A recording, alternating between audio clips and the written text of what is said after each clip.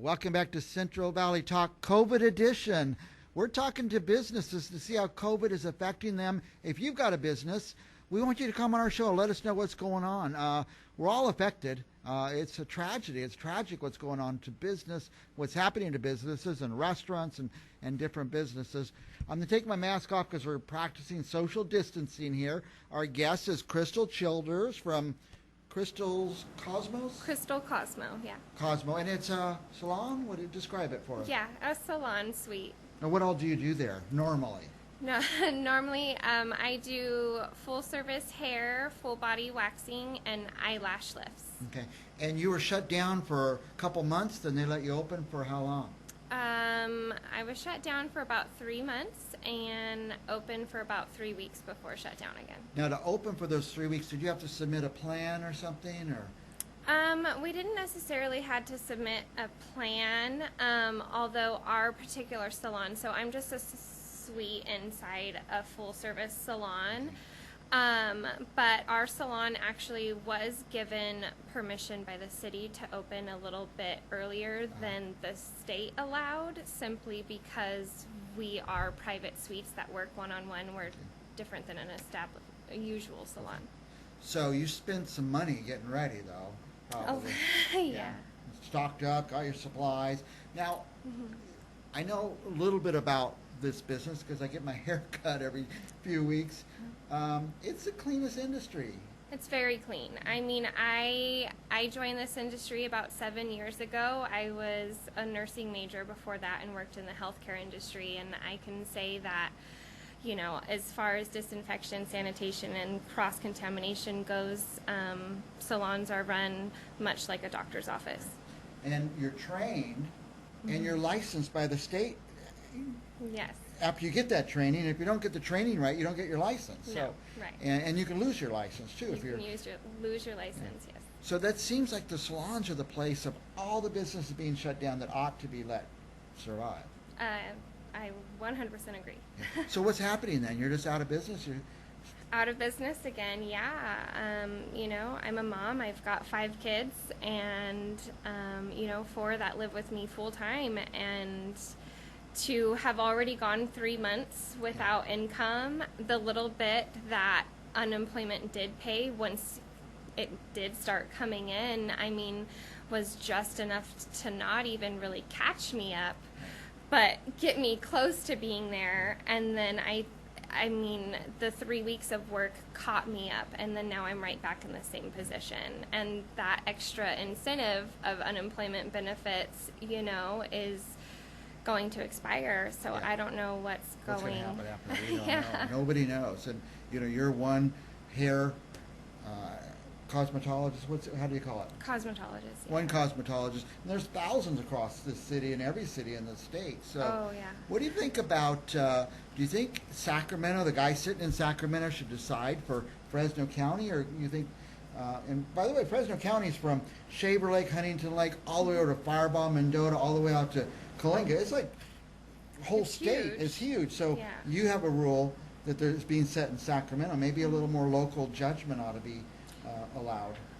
In my opinion, all of this comes down to a medical decision, and I think that should be a personal choice where you choose to spend your money and spend your time. So, I mean, I don't think it's his call to make per se, especially with all the misinformation, and you know, a lot is coming to light that this isn't as bad as we initially thought. Now, so you think maybe it's your decision whether you want to be exposed to your client, and then it's your client's decision whether they want to be exposed to you. It's just 2 people. There's not like 20 people that you're bumping into. Right. I mean, and I'm not to say that, I'm not saying that I don't think that these guidelines are helpful. I just think there is a lot of misinterpretation and bias within the guidelines. And also just like an overstep in, again, you know, medical decisions. Yeah. I went to Walmart.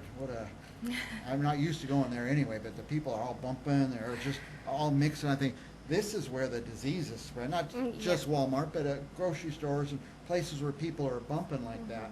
But salons are not. particularly, no bumping there.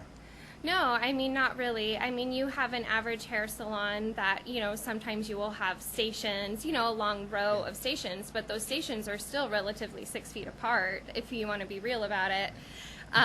So, and then like I said, with ours, I mean, I work one-on-one with my client in a private suite. I'm not bumping elbows with anybody. And, given my past in the medical industry and stuff, I am very thorough in my disinfection and sanitation because it's just ingrained in me. And I'm tired of being grouped into an industry of millions of people. And granted, I mean, California is the only state left that don't have salons in operation. Right. Oh, and I asked you before we came on the air, but pretend I didn't ask the question yet. What about this great idea? Why don't you just move everything out in the parking lot? It's not feasible. I mean, state board regulation says that I can be fined $100 per hair, loose hair, in a drawer inside my salon, where I am able to disinfect literally everything. And now it's okay to operate in a parking lot. I mean, you can't control the environment or where hair goes at all. Yeah. You physically cannot. I mean, I can't even mop the floor out there. Right. I've always noticed with the hair places I go, man, they're picking the hair up all the time. They're always doing that. I didn't realize that's the rule. Oh, yeah. I mean, we can't even have water in our shampoo sinks. You have to completely wipe that sink dry. You can get fined for having water in there, for having one piece of hair in there. And it's not just the one person in the salon. If you have a communal salon sink, every single person in that salon can be fined, including the salon owner. So you're all very careful. Very careful all the time. My poor hair girl, because my hair's just coming out all over the place. Oh, we all are, right? Okay, good. Well, any solution, any thoughts? Anything we could share with one thing we should share with our viewers is when Crystal goes back to work, we all want to go there and give her some business. So you probably have pretty business. You probably have plenty backed up, though. Very backed up. I mean, even when we were allowed to reopen, I mean, we were only allowed to go back at about 50% capacity, and that's if you could go back at 50% capacity. I have 5 kids home out of school right now. School was my primary means of daycare. Yeah. I can't afford, without an income, to put 5 kids in daycare all day, so I didn't have the means to even work at that capacity to begin with. The more I talk to people, the more I see how these problems are compounding. The kids aren't in school when they usually were, and now they're home, and you got to keep them happy and entertained. And then something. Being self-employed too, I don't pay into unemployment, so that was a whole nother issue there. And I mean, honestly, unless I didn't lose my mind last year and try to work 2 full-time jobs at one point because I wanted to buy a house and I was going to do whatever I had to do so, I wouldn't have qualified for unemployment, period. Right. So, and that $63 a week is not enough to support my family. No. So. Well, Crystal Cosmo, that's the hair place. Tell me where it is. Sad story. We had to move. It was very hard to stay open the 3 months during COVID. I'm not closing my business, but I am moving.